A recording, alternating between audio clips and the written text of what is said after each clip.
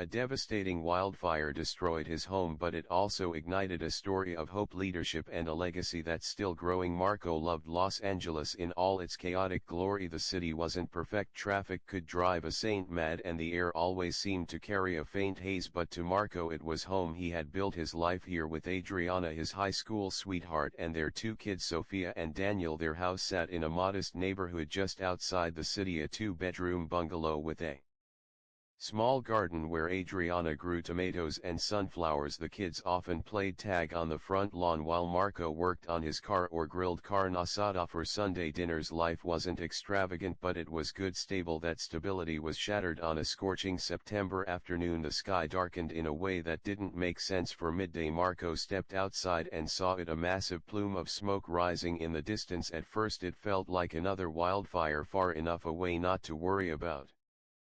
But as the hours passed, the wind shifted and the distant threat became a terrifying reality. By nightfall, ash rained from the sky like snow, coating their yard in a ghostly gray. Marco turned on the news, his heart sinking with each word from the reporters. Mandatory evacuations, rapidly spreading flames, a growing list of homes lost. When the warning came for their neighborhood, there was no time to think. Grab the essentials, Marco shouted, trying to stay calm. For Adriana and the kids, they scrambled to pack what they could: family photos, important documents, the kids' favorite toys. As they piled into the car, Sophia clutched a worn stuffed bear, tears streaming down her face. Driving away, Marco stole one last glance at their home. Flames were already licking the edges of the street and the heat was suffocating even inside the car. Adriana squeezed his hand tightly, her voice trembling. We're together, that's all that matters. They spent the night in a crowded evacuation center. Marco barely slept, his mind replaying the chaos over and over. The next morning they got the confirmation they had been dreading. Their home was gone. Everything, the memories, the keepsakes, the place where their kids had grown up, was reduced to ashes. The days that followed were a blur.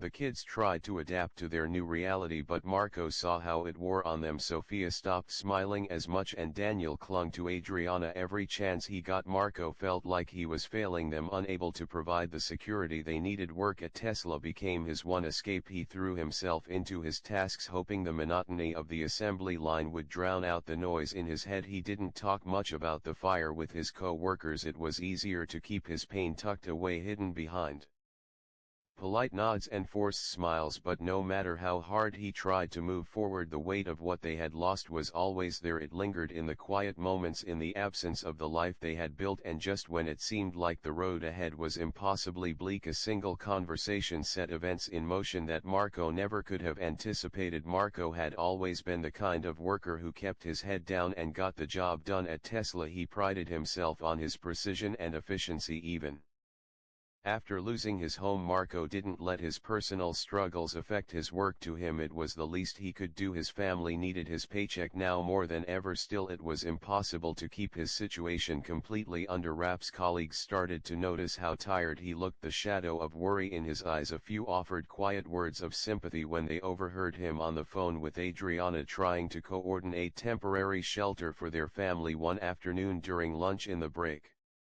room, a co-worker named Louise asked how Marco was holding up. Marco hesitated, unsure whether to open up, but the genuine concern in Louise's voice broke through his usual wall of silence. It's tough, Marco admitted, his voice low. The kids are struggling, Adriana's trying to stay strong, and I just don't know how we're going to rebuild. Unbeknownst to Marco, that conversation was the spark that set the next chapter of his life in motion. Word of his situation spread among his colleagues, eventually reaching a supervisor. They in turn passed the story up the chain. It wasn't long before Marco's plight reached someone far beyond the factory floor, Elon Musk himself. A few days later, Marco was called into the office by his supervisor. His mind raced with possibilities. Had he done something wrong? Was he being let go? The wildfire had left him with no backup plan, and the thought of losing his job made his stomach churn. When he walked into the room, the supervisor handed him a tablet with a video call already in progress. On the screen was Elon Musk. Marco froze, momentarily stunned. He had seen Musk's face in interviews, news articles, and company-wide announcements, but this felt different. The man on the screen wasn't the visionary CEO, he was just a person looking at Marco. With a mix of concern and curiosity, Marco Musk said, his tone surprisingly soft. "I've heard about what you and your family have been through. I can't imagine how hard this must be." Marco swallowed hard, his throat tight. "Thank you, sir. We're managing as best we can." Musk nodded thoughtfully. 6 years with Tesla, right? He asked. "That's a long time. Your work ethic and commitment haven't gone unnoticed." "Thank you," Marco replied, unsure what else to say. Then came the words that left Marco speechless.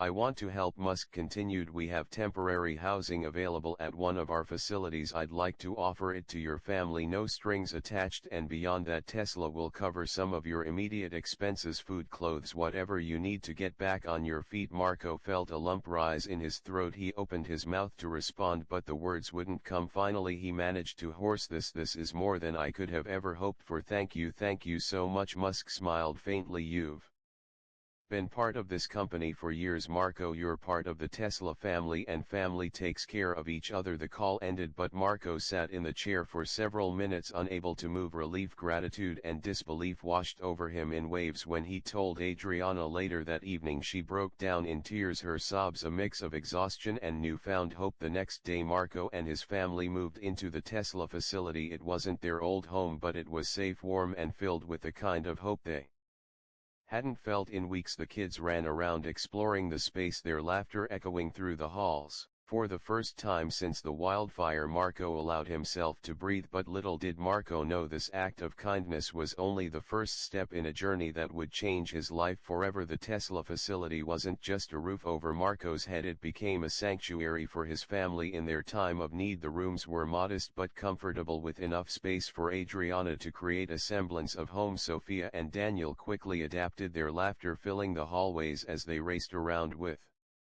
newfound energy. For the first time in weeks, Marco saw the light return to his children's eyes. But for Marco, adjusting wasn't as easy, though he was grateful. A nagging voice in the back of his mind questioned whether he deserved this generosity. He tried to repay the kindness by throwing himself into his work, often volunteering for overtime or helping less experienced co-workers troubleshoot issues on the line. It wasn't about recognition, it was about earning what had been given to him. One crisp morning, a message from his supervisor interrupted Marco's routine. Elon Musk was coming to visit the factory, and he wanted to meet Marco in person. The news left Marco both nervous and intrigued. Why was Musk taking such an interest in him? When the day arrived, the factory buzzed with a mix of excitement and anticipation. Musk arrived unannounced, dressed in his usual understated manner. Despite the entourage of executives and security around him, he had a casual air as he walked through the factory floor, stopping to greet employees and ask questions about their work. When Musk reached Marco, he extended a hand with a genuine smile. "Marco, good to finally meet you," he said. "Likewise, sir," Marco replied, his voice steady despite the nerves building in his chest. Musk gestured toward a quieter corner of the factory, away from the hum of machinery. "Mind if we chat for a minute?" As they stood near a row of newly assembled vehicles, Musk's tone shifted to something more personal. "I've been following your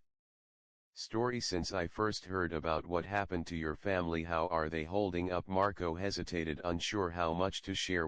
We're doing better. The kids love the space, and Adriana's been amazing through all of this. It's been hard, but we're grateful for everything you've done for us." Musk nodded, his gaze thoughtful. "I can't imagine losing everything like that. It's a testament to your strength that you've kept going." Marco wasn't sure how to respond. Compliments like that didn't come often, and he felt the weight of them. "You just do what you have to for your family," he said finally. Musk studied him for a moment, then asked, "What's been the hardest part?" The question caught Marco off guard. He paused, searching for the right words. "It's not just the house," he said slowly. "It's the feeling of being uprooted, like the foundation of everything you've built is just gone." Musk nodded again, his expression softening. "That's what we're trying to prevent, not just rebuilding structures but rebuilding lives. Your story reminds me why Tesla exists, not just to innovate but to help create stability in an unstable world." That conversation marked a turning point. Musk's interest in Marco went beyond sympathy. It felt personal, like he truly wanted to understand. Over the next few weeks, Musk reached out regularly, asking about Marco's family and checking in on their progress. But it didn't stop there. One day during a factory-wide meeting, Musk introduced a new initiative, Tesla's Wildfire Relief Project. The company would not only provide solar panels and batteries to affected areas but also work to create sustainable solutions for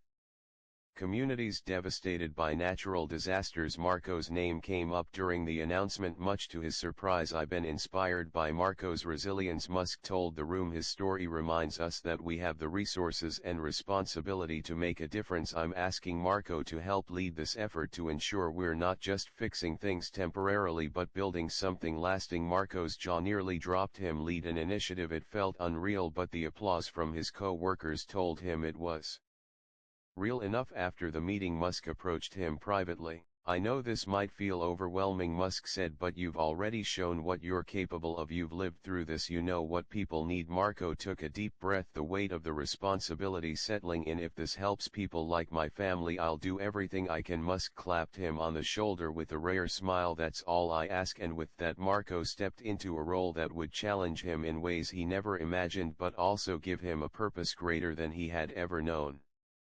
Marco's life changed overnight as he stepped into his new role. He was no longer just a line worker at Tesla. Now he was tasked with helping lead an initiative that could change the lives of thousands impacted by wildfires. The magnitude of the responsibility wasn't lost on him, and though he felt out of his depth, he was determined not to let anyone down, especially not his family. The first days were daunting. Marco found himself sitting in rooms full of engineers, designers, and community planners, many of whom had advanced degrees and decades of experience. At first he questioned whether he belonged there. What could a guy like him, who'd only ever worked on assembly lines, contribute? But Musk had been right. Marco's experience gave him a unique perspective. He didn't just understand the technical side of things, he understood the human side. When the team discussed deploying Tesla's solar panels to disaster areas, Marco was the one to remind them about practical issues like how hard it is to install equipment when roads are blocked or when survivors have nowhere to sleep. We need to think about the people on the ground, he told the team during one brainstorming session. It's not just about power, it's about making sure they feel like they can rebuild. His input became invaluable. Soon Marco was working side by side with engineers to design mobile units equipped with Tesla batteries and solar panels. These units could power small shelters, charge phones, and even provide refrigeration for food and medicine. Marco insisted on keeping the design simple and user-friendly, knowing that in a crisis people didn't have time for complicated setups. As prototypes rolled out, Marco personally traveled to some of the hardest hit areas to oversee their deployment. One of the first stops was a temporary shelter in Ventura County. When the first unit powered on, lighting up a dimly lit room where families had gathered, Marco watched as children's faces lit up with wonder. Parents thanked him through tears, and for the first time Marco felt the weight of his efforts paying off. But Marco's vision didn't stop at providing power. He proposed an idea to the team that took Tesla's involvement even further, converting unused Tesla semis into mobile relief stations. These trucks could carry food, water, and medical supplies to areas where infrastructure had been wiped out. Engineers and designers rallied behind the idea, and within weeks the first fleet of trucks was on the road, bringing aid to places that had felt forgotten. Marco's days were long and exhausting, but they were also the most fulfilling of his life. He spent hours in meetings, evenings on calls with community leaders, and weekends visiting disaster sites. Adriana often worried about him pushing himself too hard, but she also saw the fire in his eyes, the kind of drive she hadn't seen since before the wildfire. You're making a difference, she told him one night as they sat on the porch of the Tesla facility. I've never been prouder of you. Her words kept him going even on the hardest days, and there were plenty of hard days. Some areas were so devastated that even Marco struggled to find hope. He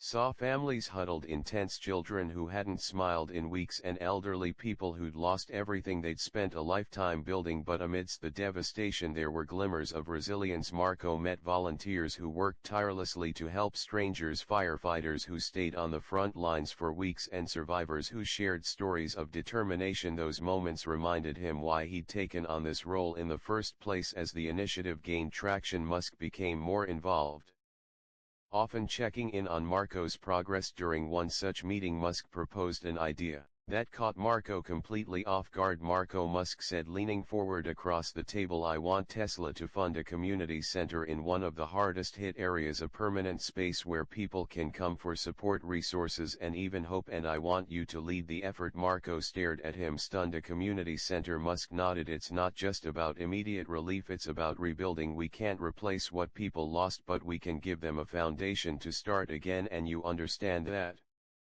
better than anyone. The enormity of the task hit Marco like a tidal wave, but he couldn't say no. If we can make this happen, it could change lives, he said quietly, the weight of the moment sinking in. Musk smiled faintly. Then let's make it happen. Marco left the meeting with a mix of excitement and fear. Building a community center was unlike anything he'd ever done. It wasn't just about logistics or technology, it was about creating something that would outlive him, something that would stand as a symbol of resilience for years to come. But as Marco quickly realized, turning this dream into reality would take more than determination. It would take the collective strength of a community ready to rise from the ashes. Marco had never led a project like this before, but something deep inside told him this was his calling. The idea of a community center, a place where people could find hope and resources, felt personal. He couldn't stop thinking about the night he'd fled his home with Adriana and the kids, unsure if they'd ever find stability again. If the center could give someone else a lifeline, it would all be worth it. The location was chosen, a plot of land near Santa Clarita surrounded by neighborhoods devastated by the wildfire. Marco worked closely with Tesla engineers, architects and local community leaders to design a space that wasn't just functional but welcoming. The center would include multi-purpose rooms for counseling and job training, a child care facility, a food pantry and even a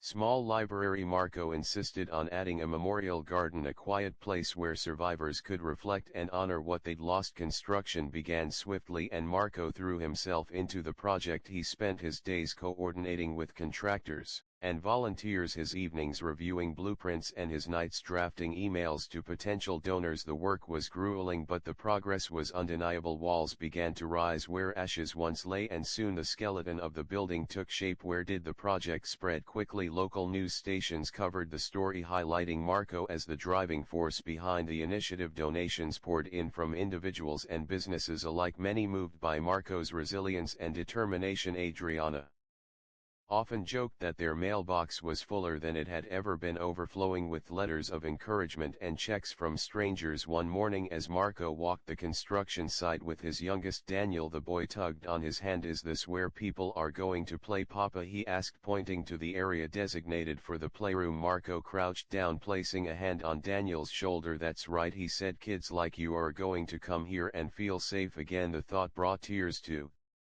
his eyes. He wiped them quickly, not wanting Daniel to see, but the moment stayed with him. As the center began to take shape, more volunteers came forward to help. Local contractors offered their services at discounted rates. Residents who had been displaced pitched in to paint walls and plant trees, and even some Tesla employees drove down on weekends to lend a hand. The site became a hub of activity, buzzing with a sense of purpose that seemed to lift everyone's spirits. Marco also found himself working closely with local families, listening to their stories and ensuring the center reflected their needs. One woman, an elderly widow named Gloria, shared how she had lost not only her home but the community she'd built over decades. The center, she told Marco, isn't just about rebuilding, it's about reminding us that we're not alone. Her words stuck with him and he often repeated them to his team during the harder days. By the time construction was complete, the center was a beacon of hope, rising from the ashes. Its sleek modern design, a testament to Tesla's innovation, stood in stark contrast to the surrounding ruins.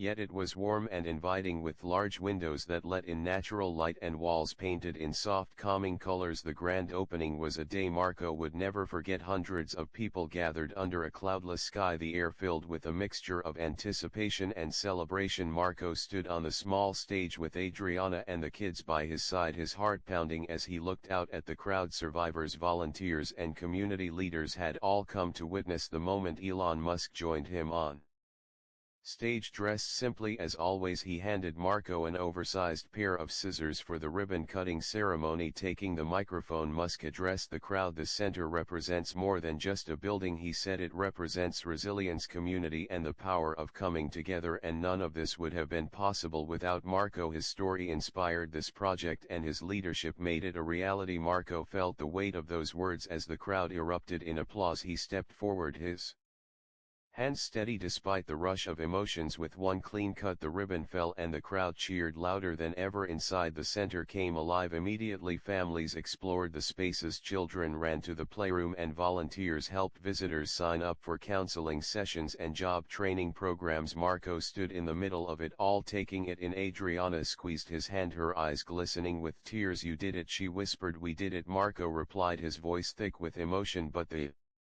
most powerful moment came when Sophia, his eldest, tugged on his sleeve. "Papa," she said, pointing to a plaque near the entrance. It read, "In honor of all those who lost so much and for the community that rose together to rebuild." Marco's breath caught. This wasn't just a building, it was a legacy, a testament to the strength of the human spirit. But Marco knew this was only the beginning. The real work, the impact on people's lives, was just starting, and he was ready to be there every step of the way. The weeks following the grand opening of the community center